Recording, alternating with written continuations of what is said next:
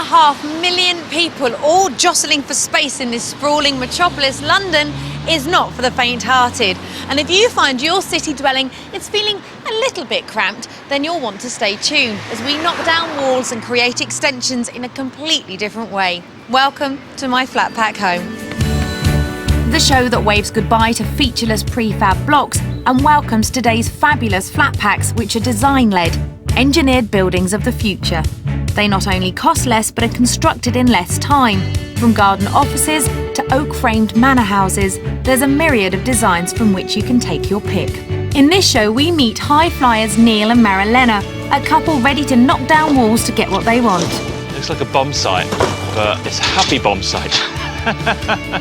And when their new kitchen extension goes up in lightning speed, they can't quite believe it. Suddenly, one day, everything is up. It's just like, wow.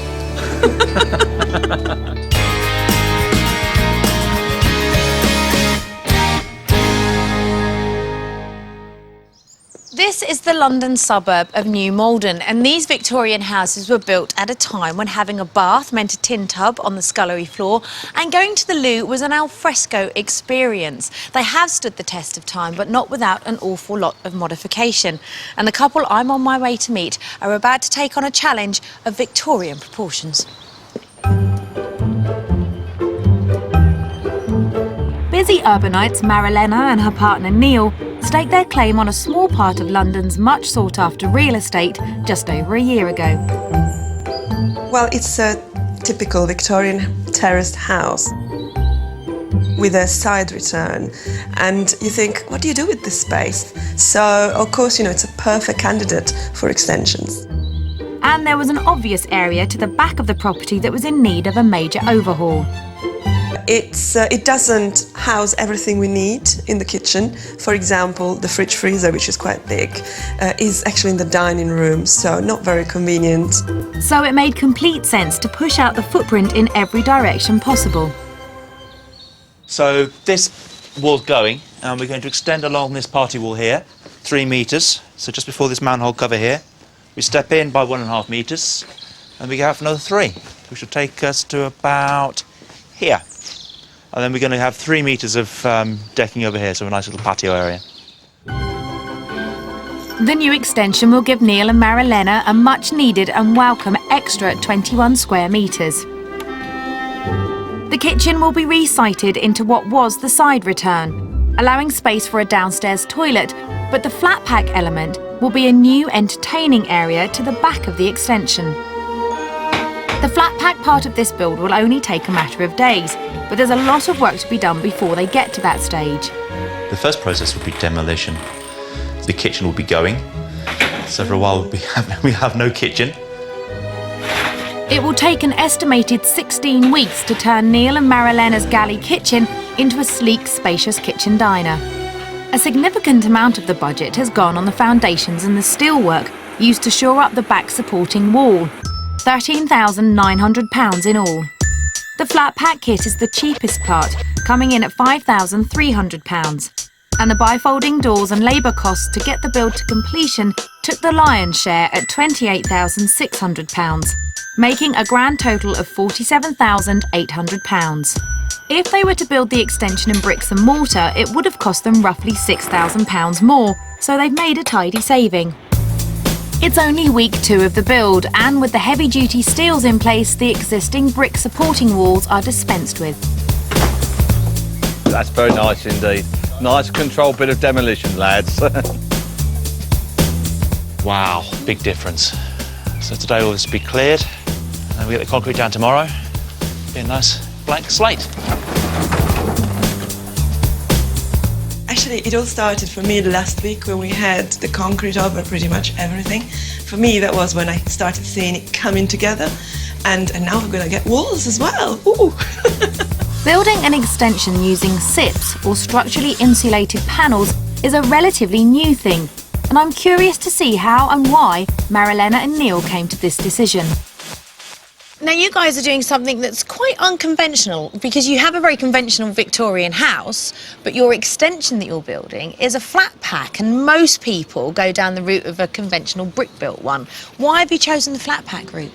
Well, we looked at various options at the beginning, and then we learned about SIPs building and the advantages that entails, such as, for example, better insulation levels and speed of build as well, which was a consideration for us. And on top of that, it also worked out cheaper for us. So, it's always good to every save single money. box. Every single box, yes. Less mess as well, because when the walls go up, there's no brick dust flying around. Any niggles? Anything that you're slightly concerned about? Well, it's an old house. So Here's an old lady in the house, yes. So we're just nervous about putting the steelwork in. Will we have cracks, and will it come in the way of stability for the house? Will your ensuite be in the kitchen? Yeah, that's suddenly.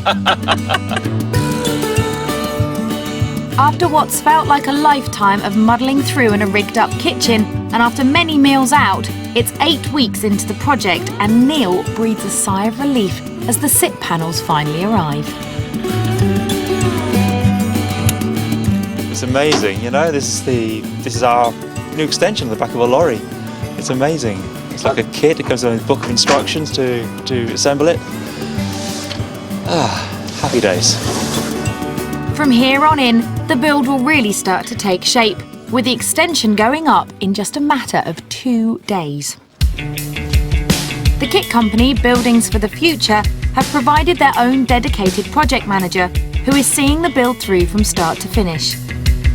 The panel system simply sits on top of the ground-level timber framework and is glued and slid into place so the panels sit flush against each other. Wow, I feel we should break a bottle of champagne against it. It's amazing.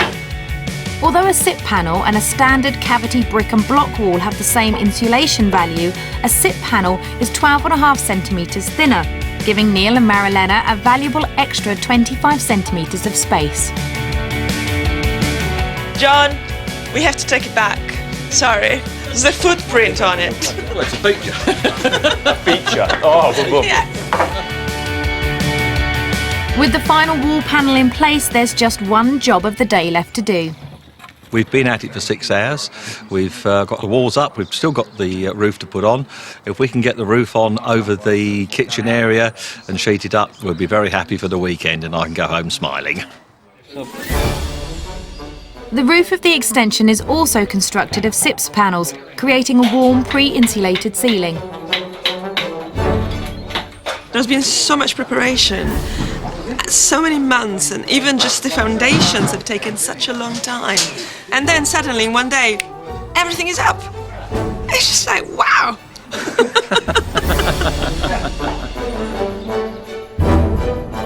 Although it's taken 7 weeks for the demolition, all services to be fitted and flooring to go down, the prefab part of the build will take a remarkably quick 2 days. With the first day behind them, the construction team break for the weekend, so I took the opportunity to catch up with Neil and Marilena to check on progress. Where's the back of your house gone? Look at the amount of space you get, though. It's a lot more, isn't it? Yes. In 2 hours, they did what it would have taken them like 2 weeks. Yeah, it's incredible, isn't it? It's a great space. Let's get inside it and have a little look. Gosh, you can really start to see it now, can't you? Absolutely. It's going to totally change the way you live here. We hope so. Right, talk me through where everything's going then. Where's your kitchen? Where's the sink going? The sink's going there in that corner. That's Right. the window for it. So you're looking out at the garden. Perfect. Units around there? Units around here, yes. Where's the loo So- going? Yes. Basically, the loo will be here, in this space here. Okay. It's a tiny one. It's just, just functional one, really. Yeah. Do you not think it's going to be a Yes. bit strange having a toilet kind of slap bang in the middle of the space? Yes. But there again, we needed one. And we were thinking about maybe under the stairs, but there's no real space there. There's the Right. gas meter there and everything. Okay. That's the least worst option. Right, okay. Things like flooring, are we there on the flooring? We're there on the flooring, yes. What We do can you have white have? porcelain tiles with underfloor heating. Wonderful. So we're talking probably, what, about another 8 weeks? Yeah. Pretty much. 8 I weeks. bet you can't wait. Have you already planned your first menu to have your first dinner party here? Barbie. So Fingers crossed for the summer. It's going to be fantastic. Over a period of 8 weeks, the back of this Victorian extension has changed beyond all recognition. And in the last 2 days, the flat pack part of the build has risen from the ground and created a very welcome and much needed additional space. There's no doubt that if Neil and Marilena had opted for a conventional build, I would not be leaning against this wall now. And it's incredible to think that in one day it's gone from foundations to a room. But they're not at the finish line yet. This will eventually be the heart of their home. So the next step is to get all the fixtures and finishings just right. Coming up, Neil and Marilena's flat pack extension catches me by surprise. Wow, what a difference! And we're on the trail of some more divine and impressive extensions. If you're looking for inspiration for your own flat pack home, then visit our website, lovehome.co.uk, for hints, tips and ideas.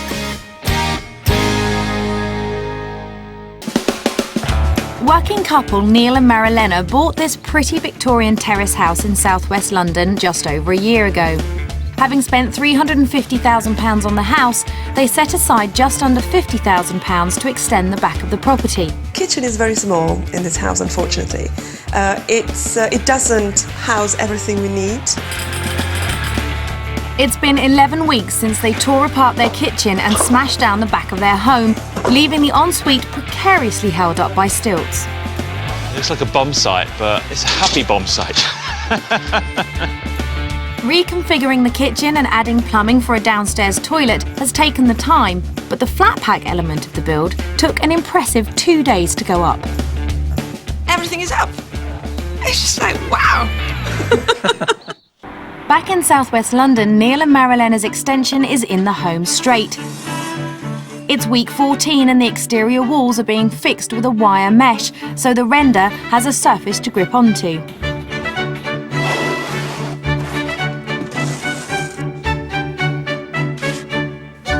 But it's the interior that's really starting to take shape. Something is built at the moment. They're just doing the plastering, the inside and out. They're laying the tiles. They're putting the kitchen together. So really, the finish is coming together nicely now. It's been just over 3 months since I was last at Neil and Marilena's house, and peace now reigns supreme. All the builders have left, and I, for one, am intrigued to see how this ultra-modern extension sits in a Victorian terrace. Hi, guys. Hi. Good morning. Come in.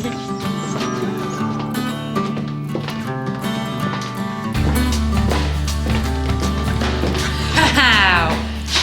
Gosh, it's not at all what I expected. It's totally surpassed my expectations. It's absolutely stunning.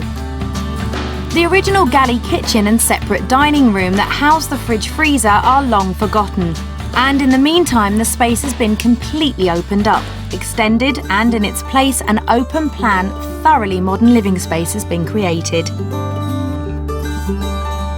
Off-white porcelain floor tiles, a gloss white kitchen and black granite worktops pitched against clean white walls maximise the feeling of space. And even the bijou toilet hasn't encroached on the room as I originally thought it might. You've doubled your living space downstairs, haven't you? That's right, yeah. It just feels huge. Are you chuffed? You must be.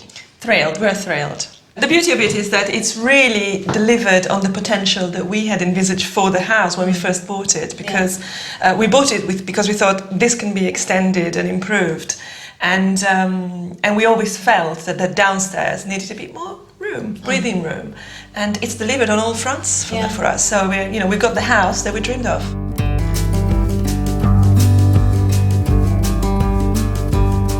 And I know that, Neil, you're the cook of the house, aren't you? Or you Yes. spend more time in the kitchen. Have you noticed an improvement in the fare that's coming out of the kitchen? Well, we've been able to cook for 30 people. Wow. At the weekend with no problems. It was much more comfortable than obviously it was before. Yeah. And you could actually entertain in the kitchen as well. We could have people around and having a chat while we were preparing food. So it was lovely. What you've done very well here is create lots of different spaces. Yes.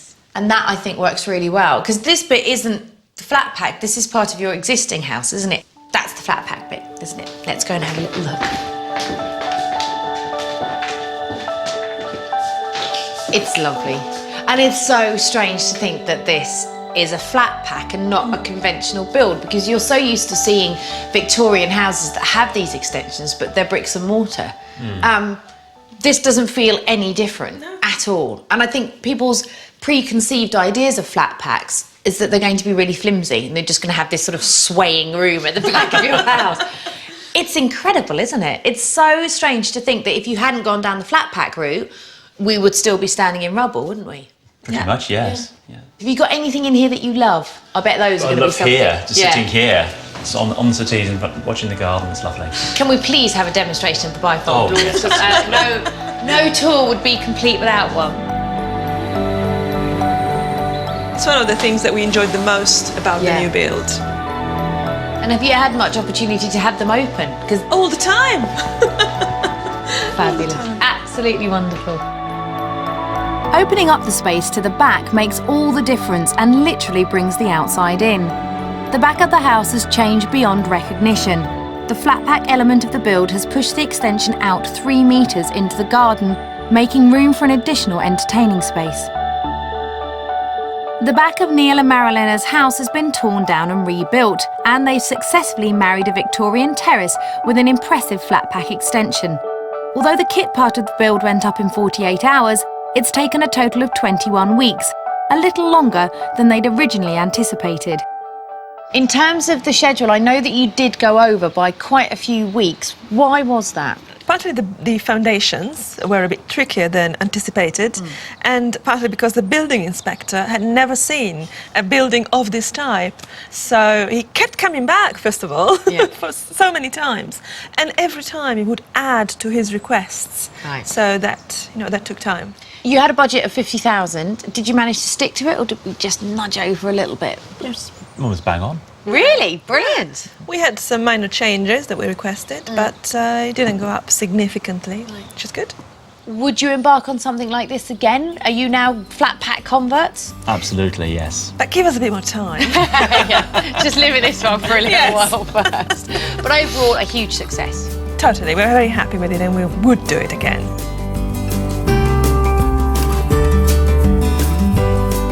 Extending your home can be a great way to add space and value to it, but it can be a very worrying and stressful time, particularly if you decide to stay in the house while the walls are coming down. Neil and Marilena have managed to keep the disruption to a minimum by going the flat pack route. Now, this may be the first time the building inspector has ever seen anything like this, but you know what? I seriously doubt it will be the last.